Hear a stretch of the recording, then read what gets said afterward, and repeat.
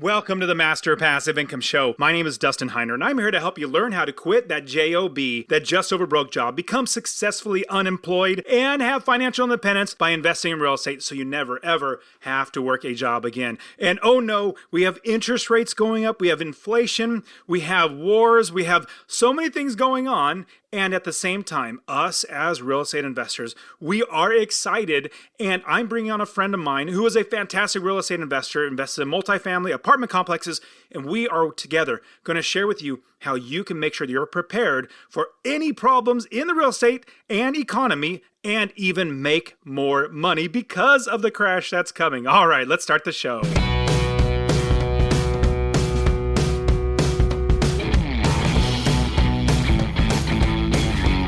Welcome to the Master Passive Income Podcast, where we talk about investing in real estate with a special focus on making enough money so you can quit your job and live the dream life.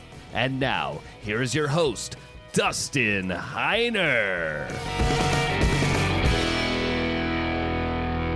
What's going on? Super pumped, as always, to have you on the show with me. And oh my goodness, we see so many things going on. And like I said in the intro, that interest rates are going up. Prices are still kind of high on the real estate market. We're seeing inflation year over year, like 10%. What's that in like 2 years, 3 years? That's 30% inflation. Everything is so much more expensive, and housing is so expensive. I recently saw a list of all the different companies that are laying people off. It's literally hundreds of thousands of employees being laid off. That's just one list that I saw, and I saw other ones. And so that's not hitting the market yet. And I brought on a friend of mine who's actually speaking at the Real Estate Wealth Builders Conference. She came last year. She's fantastic. Gave a keynote and a breakout session as well. She's going to be doing the same thing again this year. She's going to be helping us to understand how we can be protected in our real estate investing, how we can also use, and it's an awesome Japanese word. If you guys don't know, I'm actually half Japanese, even though my last name's Heiner.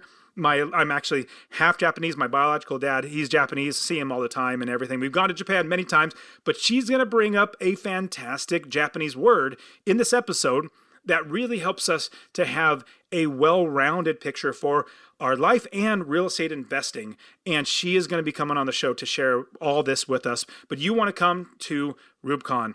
You want to be there with 45 of us expert investors, as well as hundreds and hundreds of like-minded real estate investors. No sales pitch, literally all there to help you. Get the promo code podcast and get 10% off of your pass to RubeCon. Use the promo code podcast. Go to rubecon.com. The link will be in the description. All right, now I'm super pumped to bring on a friend of mine. She is a fantastic investor. She is the co-founder of Goodegg Investments and is a multifamily syndicator and investor, and it's going to help us so that we can make sure we're investing for good. All right, I'm bringing on my friend Annie Dickerson from Goodegg Investments. Here we go. Annie, thank you so much for being on the show. Hey, Dustin, I'm thrilled to be here with you today and just, share openly about what we're seeing and help the listeners out there to really navigate this challenging environment that we're in. Yeah, it is a little challenging, especially when there's so many things, like so many different things that are going on all at the same time, from interest rates rising, which I personally like interest rates rising because it gets my competition, which are home buyers, because I know I like residential. It gets home buyers out of the system. So it's like, okay, stop overpaying for properties. Like, Yes. Get them out. You have the inflation, just seems like year over year, at least 10%. Like, that's a lot. Like 3 years, that's 30%. That's going up. We have banks failing. And everybody, if you have not checked out Annie's article on Goodegg on her website, she wrote an awesome article on the banking system and how that's like, what's going on, what's the problems, and then also how to protect yourself, which we're going to talk about that as well.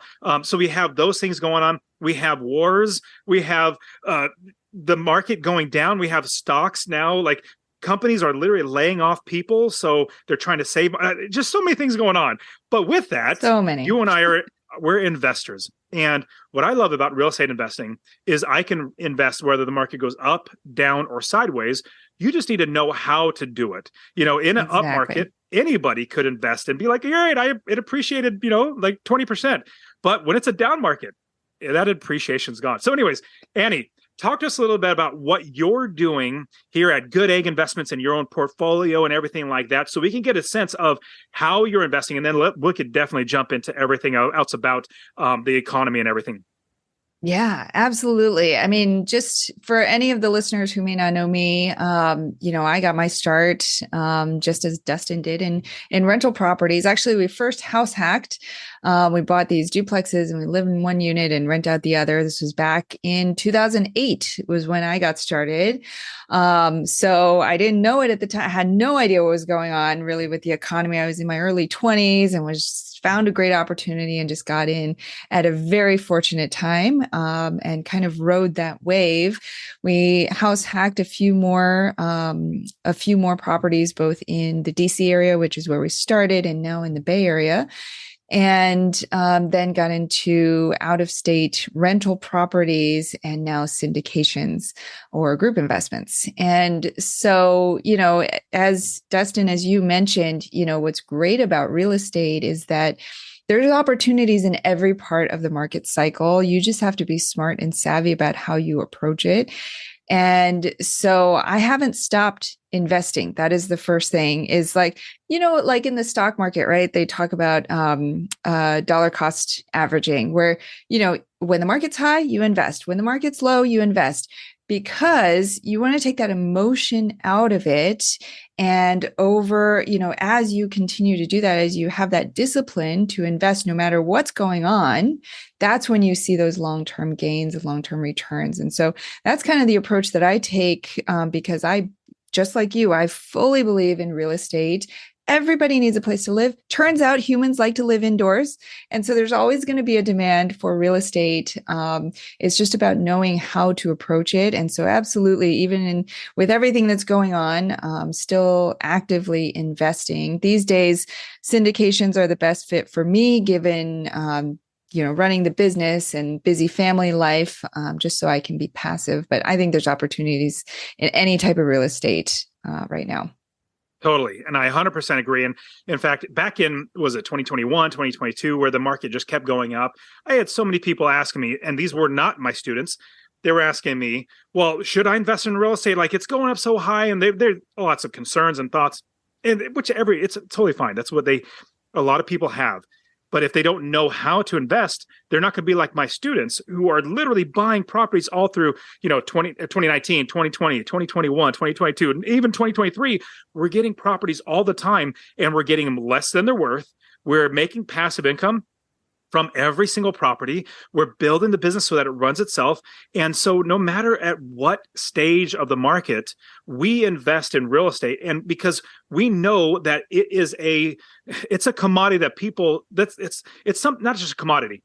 It's a need, physical need that people have, like food. That's a physical need. Water, physical need, air to breathe, but they also need shelter. And you're 100% right. They love living indoors, silly enough. But obviously, we provide great housing for them. And if we're good investors, what we're also going to do is be able to see the downturns and be able to adjust our investing, because in an up market, we make money. In a down market, we make money. Sideways market, which means doesn't do anything, we make money because we invest as a business to make money. Now, Annie, you're also coming to my conference, the Real Estate Wealth Builders Conference. And what's fun is I actually talked to my wife about 2 weeks ago, and I said, hey, honey, putting on a conference is so much work. It's just so much easier investing in real estate. Yeah, right. Like real estate's so much easier. Can I just go back to doing real estate? Right. And she said, yeah, she goes, you know what? Yeah, I agree. But you would be bored if you were just investing in real estate. I said, you're right. I feel better when I'm building something. So get back to the conference. It's a blessing to having so many of us, real estate investors. And what's fun is we're all friends, and at least all my friends, and I'm trying to get us all together, be all friends. It's great. Now, Annie, you're going to be sharing, and I'm half Japanese.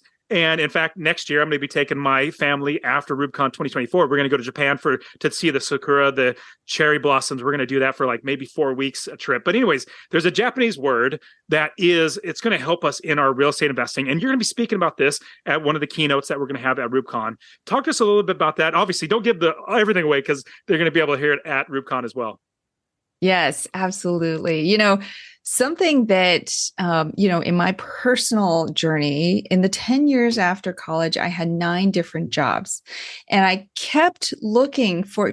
I had such a commitment to myself and finding my purpose and making sure I was maximizing the impact I was making, putting my skill set to use. And just like you, I love a good challenge. I wanted to be challenged too. And so I didn't know it at the time, but I was really searching for my ikigai. And in Japanese, that's your reason for being. It's your purpose. It's your center. It's why you're here. And a lot of people spend their whole life looking for their ikigai.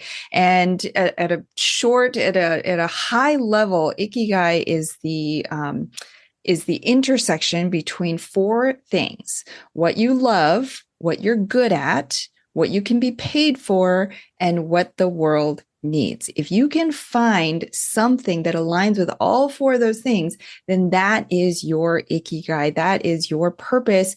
And you will be most fulfilled if you can find something at the crux of all of those things. And so what I'm going to do is apply that to the concept of real estate investing, because as we've talked about, there's a lot of ways to invest in real estate, a lot of ways to get involved. And you want to know, what you love to do in real estate, how you want to be involved, what you want to get out of it, what you're good at, whether it's the underwriting side, the asset management side, is it the talking to investors piece?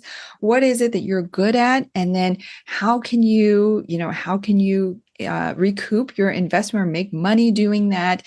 And then talking about those physical needs, how can you provide a service through that people will need? So I'm going to talk about all of that at Rubicon. I'm thrilled to dive into that because it's a personal passion of mine through all the personal development and discovery I've done for myself, and now to apply that to real estate and help other people find their real estate purpose for being, and discover that perfect match for them, as you've found through the properties that you invest in, as I've found through the syndications that we do. Want to help all the Rubicon attendees find that for themselves. I love the 4 things are like, when you have all those combined, obviously you make money, which is good, but you also feel more fulfilled. I'll be completely honest and say I love investing in real estate for a number of different reasons, but I actually love teaching people how to invest in real estate so much more because it's a tangible outlay I can see my students literally getting their lives changed because of my teaching them, and I'm serving them, I'm helping them. And so like my properties, don't get me wrong, my real estate's fantastic because it fills all those, but that 4th part of getting helping the people and serving them, I don't physically tangibly see that. Now they pay me rent. That's proof that my property is doing good.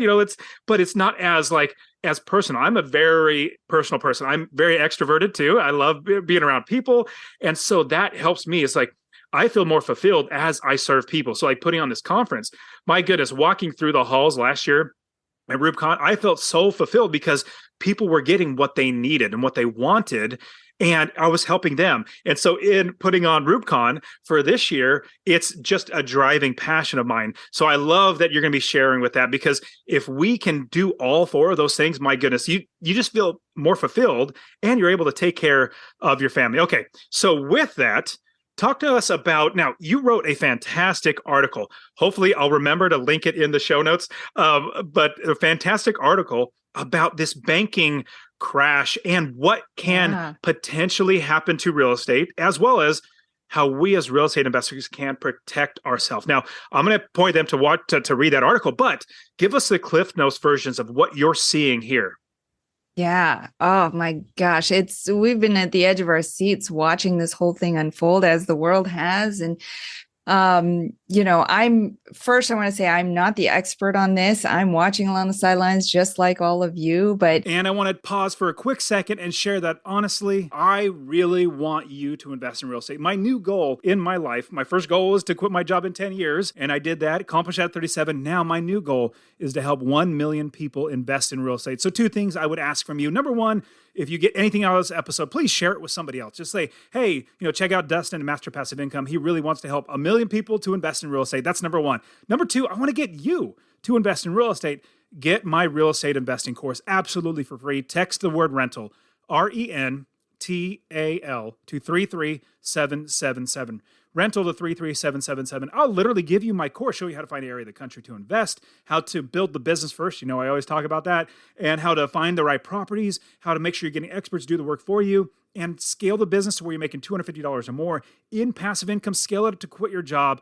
I'll literally get to you, or go to masterpassiveincome.com/free course. Obviously, it'll be in the description, but I really, really want you to invest in real estate, because the more that actual, normal, everyday people own real estate that are good landlords, the better everybody's life gets. I did take some time to dive in and really try to wrap my mind around what was going on so we could understand the implications for us, our investors, our properties. And so I'll give you the Cliffs Notes version for anybody who may not fully understand what happened. Basically, a couple weeks ago, Silicon Valley Bank, who mainly provided services to venture capital-backed technology and life science companies, they all of a sudden there was a bank run and they had to shut down. And so what happened, right? People want to know what happened. And, this quote comes to mind, that, when the tide goes out, you're going to see who's swimming naked. And unfortunately, Silicon Valley Bank was kind of caught, not in a great spot. It was kind of the confluence of a lot of things that happened. To give you some context, in 2008, the last big bank crash of this size was with Washington Mutual. And in the years after 2008, well, the government got involved and put into place the Dodd-Frank Act, among other regulations, to really regulate the banking industry so that something like this wouldn't happen again. But what they say, history repeats itself. It's like our kids. After they do something to hurt themselves, after, a few hours or a few days, they forget about it and they do it again. And so it's the same, so things were going along well. The Dodd-Frank Act kind of regulated the banks for a period of time. And then in 2018, some of those restrictions were lifted, which allowed for all the events that led to this collapse. And so in short, Silicon Valley Bank made some investment decisions thinking that the interest rates wouldn't go up.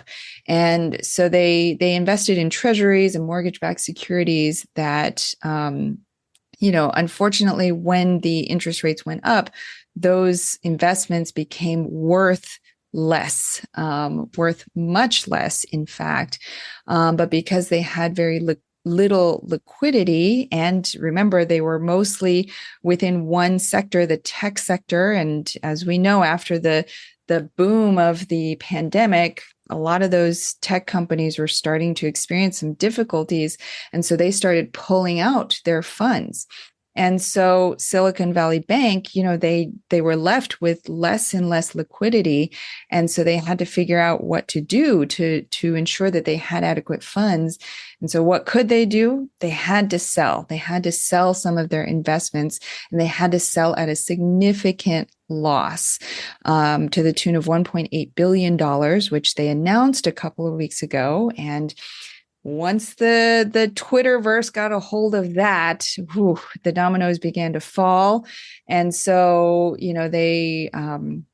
they announced that they had that loss, and then people took to social media and they started talking about, okay, what does this mean? Pull out your money now. People started to panic. And because it's not like in the old days when you had to line up to go to the bank, you can now just click a button and withdraw your funds.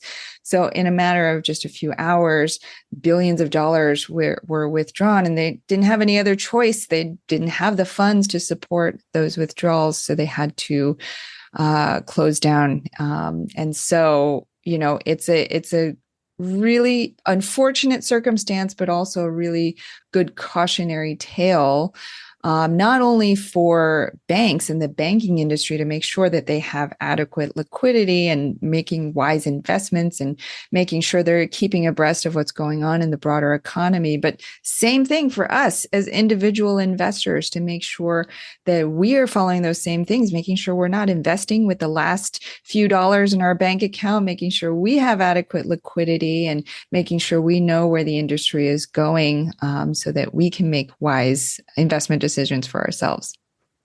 Yeah, that's a fantastic recap of what's been going on. And we see other banks that are probably having, or not probably, they are having literally the exact same problem. And if you remember back in 2008, we saw Lehman Brothers go down, Bear Stearns go down. And I remember those big names. And the bank, or sorry, let me say it this way, the government and the Federal Reserve, there's two different, they're not the same thing, but the two got together and they said, in my opinion, hey, we've seen this happen back in 2008. Let's be ready when it happens again so we can just bail it out, because that's what they did last time. They waited 6 months or so, but then they eventually started bailing out the banks, which is just sad. It's like giving the rich people even more money. But oh well, this is what's going on now. How do we as real estate investors protect ourselves from, let's say, more problems? How do we make sure that we're still investing? How do we make sure that we keep moving forward? Yeah.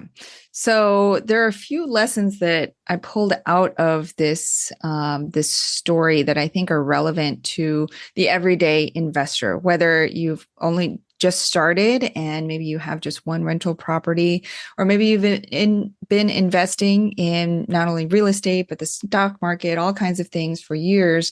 There's a few common lessons here that I'll just pull out real quick for the listeners. One is make sure you diversify your income sources. As we just talked about, Silicon Valley Bank was mainly in the tech sector. And so when that one sector started to go downhill, then it really had a huge impact on them. And so for you as an individual investor, you might think, oh, income sources, I don't need to worry about that. Well, you actually do, because if, Dustin was talking at the top of the conversation about your JOB, you're just over broke. And if that is the only source of income that you have, guess what? When that goes down, if that goes down, God forbid, if you get laid off or your company goes under, then you have lost your primary source of income. And so that's why we always say you got to diversify your income sources through things like investing in real estate. Dustin, any thoughts on that before I keep going? I feel like I'm going on. No, no, you're doing great. You're doing great. Yeah, I definitely, one thing that I always try to tell my students is we build a business. And with that business, what we want to do is we're making money. Like if you're going to start a business that you're selling, I don't know, let's pick a candy bar. Let's pick something like that. You're going to sell a candy bar, and great, I'm going to start a business and I buy a candy bar for $1.25, and then I could sell it for $1.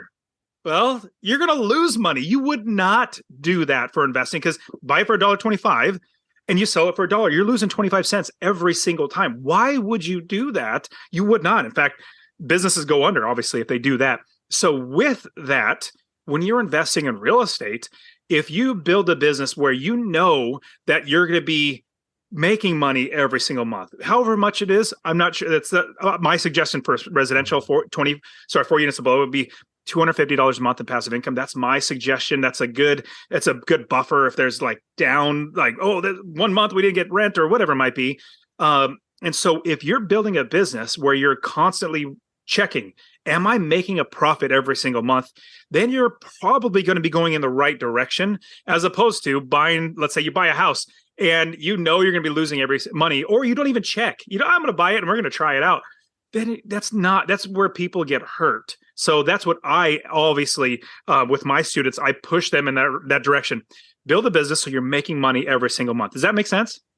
Yeah. And you've got to have that discipline. I did not. I will tell you firsthand, I did not. When I had my own personal properties, I did not have that ongoing and consistent discipline to check every single month. I would do these stints where I would, I'd get on these weekly property manager calls and I'd be on top of it. I have my spreadsheets, I'd organize it all.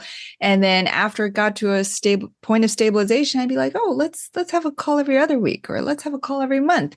And then for a while, it was fine. It was stabilized. And then, things dropped off because I wasn't paying attention to it. I wasn't actively staying on top of things. But, I love your system because once you set up the investment as a business and you run it like a business, you think about it as a business, is really a different animal than what I was trying to do, which was just dabbling as a hobby investor, I would call it. But on that note, so, you also want to make sure that you're diversifying your investment holdings. I know that's a kind of a gimme, but, it's a good reminder that, you want to be sure that, first of all, if you're invested in paper assets like the stock market, that you've also got other assets, physical assets like real estate, that's independent of the stock market, and that, you can control some of that value there. Because you certainly don't want to be caught with all of your investments in one place. And just like the income source, if that one thing goes under, then you're kind of up a creek. And along with that, you want to make sure that you have ample liquidity in case anything does happen. And this is liquidity in terms of your own, making sure that you have money for everyday life in case something happens. And for your rental properties or your investments, make sure that you have ample reserves there, because I've gotten those phone calls where it's like, hot water heater broke. Oh, there's a roof leak. Oh, there's this, there's that. And sometimes you can't plan for that. You can do everything you can to preempt things like that, but things happen. And so you're going to want to make sure that you don't have to sell at a loss, like you were saying, that you're not backed into a corner.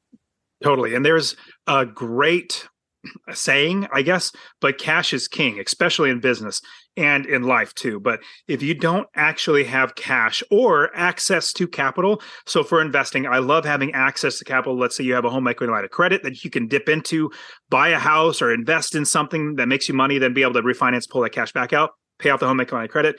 Business, let's say business equity line of credit. If you want not equity, but business lines of credit, you have just access to capital. But the big thing is, anybody that wants to work with me coaching wise, I always ask the question, how is your emergency fund for your family? Like, you don't want to be just dumping all your money. And I did this because I learned, you got to learn from my mistakes. I literally took all of our money, and it was tight.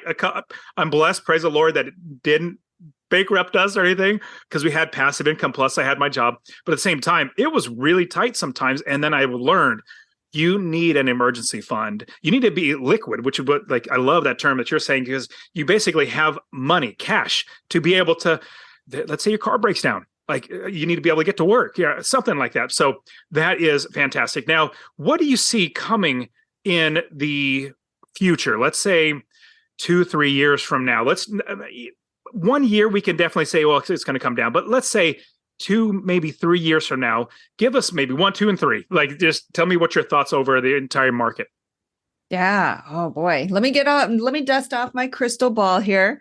Well, let's see. So in the near term, as you're seeing in the rental property market too, it's kind of a good thing. It kind of, as rates go up and there's all this volatility and uncertainty, people are getting nervous. And so the people who, like I was back in the day, just a hobby investor, just dabbling, maybe they sit out for a while, and that brings the competition down. And then that in turn, as sellers' expectations catch up to the lag, those prices will start to come down and be a little bit more reasonable, because as I'm sure you've seen in the recent years, things have gotten quite heated. So hopefully that will shift and there will be lots of opportunities. Like one thing we're finding are these rare kind of gems that are not, necessarily what's out there advertised, listed, but these off-market deals, for example, like this one that we've currently got under contract. It's a It's a brand new build in Orlando, Florida, and it's a multifamily asset. And it's because it's brand new, we're buying it from the developer. We're able to assume the HUD loan, which those HUD loans are only available to developers, and they're at a fixed rate. It's 3.8%. And so we're able to assume that you can't get a fresh loan at 3.8% these days, definitely not fixed at 3.8%. And so those are sort of the opportunities in the near term that we're looking for, kind of, thinking outside the traditional box and thinking, okay, where are there opportunities in this market as things are starting to settle down a little bit, hopefully, and expectations are starting to shift. Where can we get ahead of the curve and start to find these hidden opportunities? And then, in the coming years, as those expectations do shift, it's great that the market is cyclical. So it's not like we're headed into uncharted territory. We've been here before, not exactly here, but on some level. And so, I see tremendous opportunity in the coming years. However, I think before we get there, all those things we were talking about, making sure you're diversified, having multiple income sources, and making sure you have liquidity, that's what's going to enable the companies or the investors to get to that point where you're able to take advantage of those opportunities, as you would have had to make smart decisions now and even in the months and years leading up to now to even be able to make it through, to be able to take advantage of those opportunities. I love that. And I completely agree with you. And I've been mentioning or telling everybody on my podcast, but for a couple of years now, like even before COVID, like 2019, I said, hey, coming is going to be the best time ever to invest in real estate. It's going to be coming. Everything is coming. Like it seems like it's coming to a head. In fact, the economy always does a correction every 7 to 8 years, but it's literally been since 2008, since the last correction. There was COVID, but that was a blip. That was just like something just forced upon us. And it seems like this is that now going to be the correction.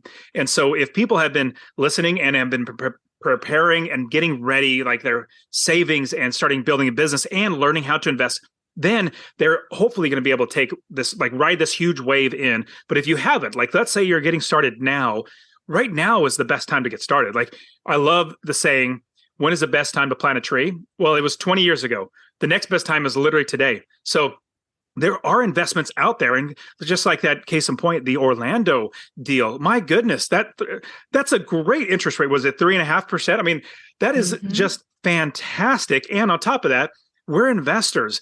Only investors will be able to find these types of deals. If you're just like, oh, let me just close my eyes and point on Zillow and find a house, it's probably not going to work out very well. You might find a needle in a haystack, but if you're an investor, you have the right people around you. And that's why I love the Real Estate Wealth Builders Conference.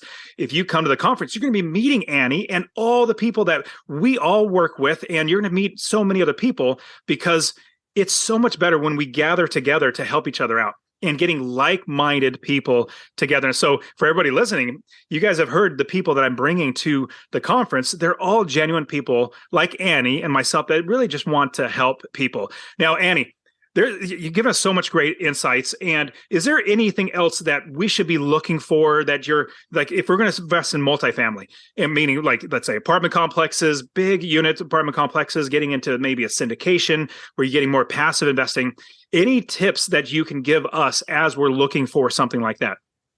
Yeah. So a couple of tips I think are really relevant right now is, one, we talked about when the tide goes out, you'll see who's swimming naked. Well, you want to be extra diligent these days to ask those questions and really build that trust with and find the teams with the strong track records, not just in the good and easy times, but also in the hard times, and make sure that they can do right by you and your money. And we've had a number of investors who have reached out to us to tell us about deals that they're invested in with other operators, and they're not doing well. Some people are losing money. Some people are having to navigate a capital call, which is when the syndicator asks for more money in the deal. And so, we're doing everything we can behind the scenes, even if we have to halt investor distributions for a period of time, which is always a tough thing to navigate. But even if we have to do that in the short term to build up reserves, those are the kinds of decisions we're making because we want to make sure that the assets stay healthy no matter what comes down the road. And so making sure you find people that you trust and people that have a strong track record is key. And then also, I can't speak for the rental market. I know that it's very hyper local as well. I can say for multifamily, especially right now, partly because of interest rates and the lending environment, cash flow, unfortunately, isn't what it used to be. There's still a ton of appreciation and opportunity, but if you're wanting to invest for the immediate cash flow, multifamily might not be the best fit right now. It's not that there's not long-term demand for multifamily. It's just given the current environment, there's more cash flow in other types of assets, and that's why we've diversified into hotel holdings as well, because there's a good amount of cash flow in hotels and other types of assets. So, maybe look into alternative assets, and that's exactly what we're doing as well. That's great. Yeah, I love that. And so everybody, you definitely need to check out Annie's podcast. So Annie, talk to us about the podcast and then let us know, all the listeners, how they can find you, how they can hopefully even invest with you because they want to get good, secure investments. But talk to us about, or tell us, how can we reach out to you and find you? Yeah, for sure. So we have a podcast called The Life and Money Show. We talk about all things related to both life and money, family, travel, and how we're investing to support all of that. And so that's the Life and Money Show. If you want to find and connect with us, we're at goodegginvestments.com. And I'm so thrilled to be part of RUBCon coming up. It was such a blast last year, getting to be part of the inaugural event, which was already amazing. And we were fortunate. We got to be a sponsor at that event and got a lot of great conversations through that. And just such great energy from the participants, the speakers as well. And, I've been to a lot of conferences and there's, you always talk about, there's a lot of these real estate conferences at the end, there's the run to the back to sign up for whatever product they're ultimately trying to sell you. But RUBCon is so different from that. And Dustin, you've done such an amazing job fostering this community. And I can't wait. I'm going to be talking not only about Ikigai, but also about some of the deals that we've gone full cycle on and really going into detail on what happened, what decisions we made, and ultimately whether we hit the projected returns. So you'll have to come to the event to hear more about that. Love it, Annie. And I'm so excited to have you there. And it's great to get to hang out again. So thank you so much for coming on, sharing this great wisdom. Everybody definitely check out her podcast. Fantastic stuff. Check out her website as well. But we'll definitely, as best we can, we're going to be giving out so much great information at RUBCon. So hopefully you guys make it as well. Use the promo code podcast. I'll know that you came from my podcast. It'll give you 10% off the ticket. But man, Annie, it's been great as always to hang out again. So thank you so much for being on the show. Such a pleasure, Dustin. Looking forward to the in-person conference here soon. And that is it for today. Go ahead and get my free real estate investing course. Text the word rental to 33777. RENTAL to 33777. You can also join my Real Estate Wealth Builders group coaching. Get all my courses. All right, guys, we'll see you in the next show. See ya.